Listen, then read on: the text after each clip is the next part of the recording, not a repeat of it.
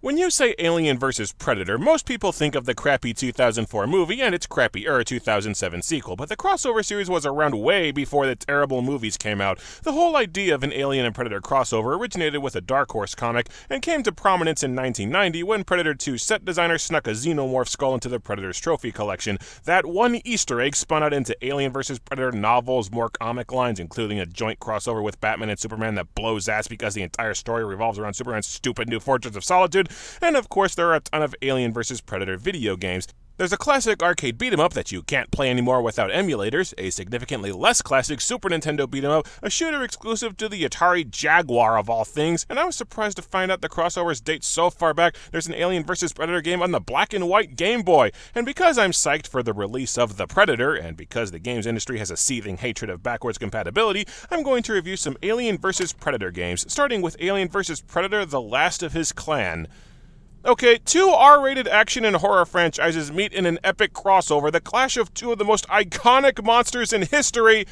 Why does the cover look like Bart and Lisa having a sissy slap fight? I know it has to be sanitized for Nintendo, but come on! The game begins with a cutscene that takes forever and a half to slowly materialize one tiny square at a time.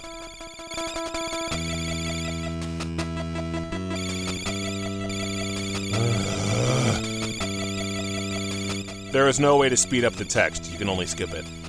Some predators drop alien eggs into a mining colony, only they don't know a queen's on the planet, so when they come back to hunt, they get slaughtered. You play as the last remaining predator, and you have to kill all the aliens on your own. Why does it take so friggin' long for something that simple to type itself out?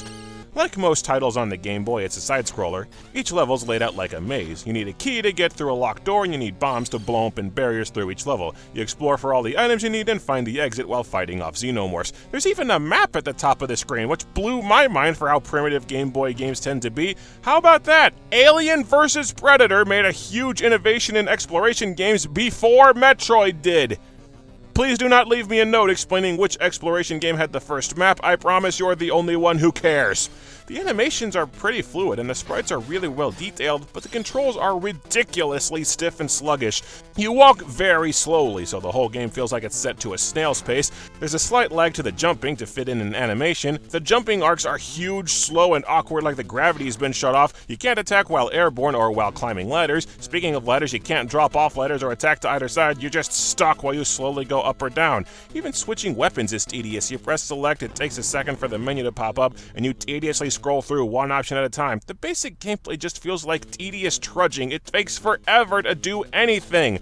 Most of the enemies are normal aliens. They don't have any kind of leaping or ranged attacks that just walk straight towards you and kill you by touch. The developers didn't give them any sprites beyond a basic walk cycle. They can't even crouch. They're completely powerless to chase you if you duck inside an air vent. More than a little ironic, considering one of the biggest set pieces in the original Alien involves hunting the alien through air vents.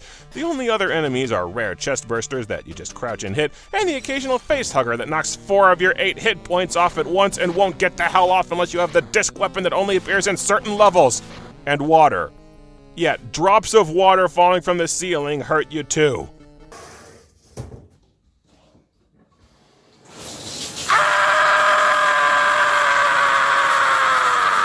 Your basic weapon is the wrist blade, a basic punch, but in most levels you can find a shoulder cannon or the bladed disc, both of which one-shot kill enemies. Most of the time. The combat is so simple that it just kind of barely exists. You'll only ever encounter one single alien at a time, an alien that physically lacks the ability to do anything but shamble straight towards you, and either you have a weapon that kills everything in one hit, or you stand still and punch the alien to death as it repeatedly walks right into your fist. There's just no nuance or complexity to this combat. There's no maneuvering since both the aliens and the predator can barely move, and there's no strategy. There's no point to conserving ammo because you lose all your weapons between stages anyway. The game's only conceit to a difficulty curve is each level the aliens take an extra punch to kill. By the last level it takes 6 shittin' hits to put them down, but it doesn't make the game more difficult. You just stand still for slightly longer every time one spawns. It's just slightly more annoying. Also, when you use the shoulder cannon, the predator's targeting reticle just sways over the enemy and they disintegrate. He never actually fires the gun. I know it's nitpicking, but it still bugs me. The big problem that sinks the game is that you're constantly taking cheap damage. You have zero means of defending yourself when climbing ladders or jumping down to a lower level. You can't attack and you can't maneuver, and aliens spawn near jumps all the cock-damn time. I can't even begin to count the number of times I've dropped down a gap, landed on an alien, and taken damage that I had no way of avoiding, or an alien has spawned on a floor above me and dropped down for a cheap hit. Although granted, the latter is exactly what a xenomorph would do. Even worse, the aliens respawn the second that their start point is off screen. It seems half the time I go to use a ladder, an alien drops out of the ceiling, lands a hit that I can't avoid, I kill him, and then when I actually use the ladder, the rat bastard respawns and gets me again. What sucks is that Last of Us Clan is almost a good exploration game. The bulk of the game's levels are pretty well designed. It's easy and intuitive to keep track of where you are and where you need to go, and the distinct backgrounds help keep the levels looking fresh. The exploration gameplay would be fun if you weren't constantly taking cheap damage, thus giving each level a ticking clock. You can take 8 hits before dying, and you get 3 lives to finish the entire game. No health pickups, no extra lives,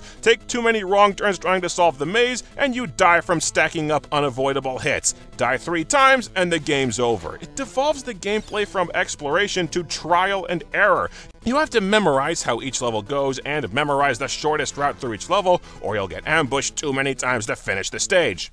I also do not give a shit that I had to turn to a walkthrough to beat level 2. The key for this stage is on a ledge that you can't jump to and can't drop down to. It turns out, with no real hint that it's possible, you're supposed to set a bomb, jump right before it explodes, and the explosion will carry you up to this ledge. How in the tits are you supposed to figure that out? Whatever, now I can go to the exit. Oh, you little piece of shit! Also, like the modern Sonic games, the game grades you every time that you beat a level. And also, like the modern Sonic games, it usually grades you poorly. Thankfully, the game has a level skipping cheat code because level 3 is a royal pain in the ass. This level is huge, and it took multiple runs to even begin to figure out how the level works. My first life on this stage, I explored around and found 0 items and died. The entire top floor, it turns out, is completely empty and leads to nothing. My second life, I found the locked door in the center of the stage, and the key is somewhere on the bottom floor, but then I die before I can make any actual progress. Having wasted 2 of my 3 lives, I finally know how the level works. Drop to the bottom at the very start of the stage, grab the key, head up but not all the way up to get to the door, but even past the door, the remainder of the stage is a series of forks that are booby-trapped with aliens that spawn around jumps and climbs. So left to blindly guess where to go, I guess wrong, take too many cheap hits, I die, and now it's back to the start of the damn game. Look at this cheap shit. I have to jump down this gap to continue the level, but there's no way around the alien. I can't drop a bomb down there. The bomb's blast don't work on anything that's not a point-blank range, and even if the laser would hit an alien down that low, level 3 contains no weapons. Why does the game do this on almost every freaking jump? It takes several mulligan trial runs to memorize the path through the stage, and even mapping out the shortest route, I can barely get to the end of level 3!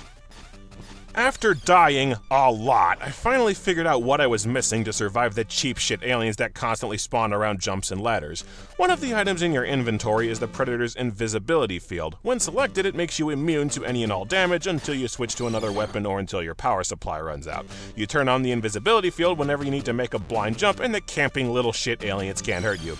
Now, you're probably rightfully asking yourself what in the hell kind of dumbass reviewer takes so damn long to figure out how a basic gameplay mechanic works, and I'll tell you, the first time I tried using the invisibility field to see what it did, I swear the game glitched and I couldn't turn it back off.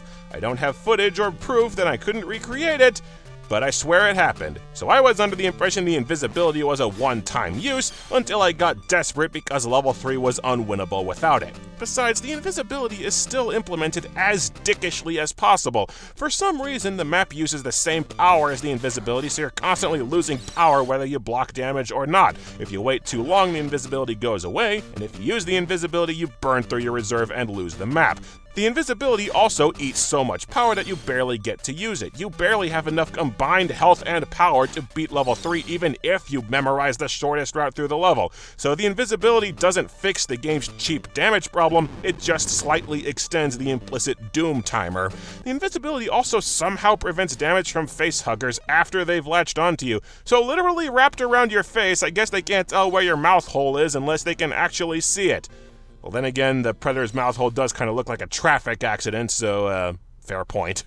Strangely, all the game's remaining levels are way more straightforward. I don't know why Stage 3 was the accumulation point for all the game's bullshit.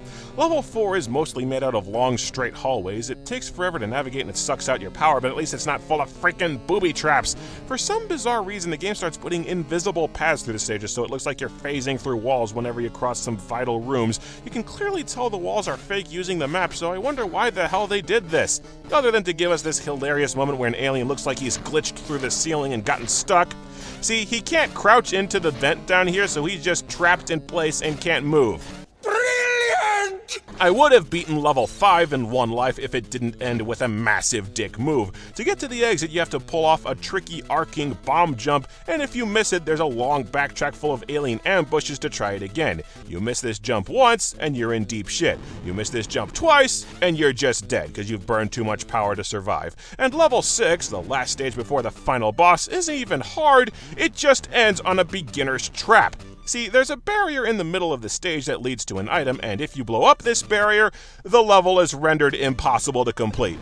There's a single bomb pickup in this stage, it gives you 8 bombs, and unbeknownst to you, there are exactly 8 barriers blocking the exit. Your first run through the stage, you don't know that this barrier is a trap. You have no reason not to blow it up in case it leads to somewhere important. It's only here to pad out the game by sucking out a life on the second to last level to try and boot you back to the beginning. You can't even argue this is just incompetent game design. This is deliberately trolling the player.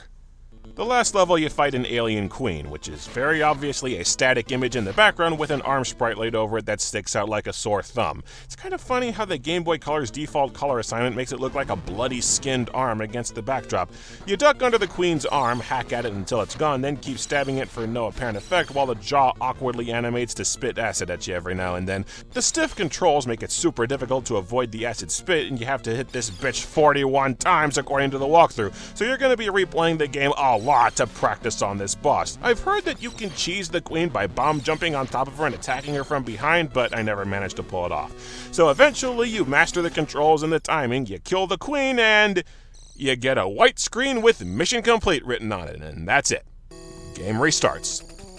Granted, I didn't expect an end screen of the Predator gloriously proclaiming victory with the Queen's bloody skull impaled on a spear given the game's kid-friendly slap fight cover, but still, this is lame.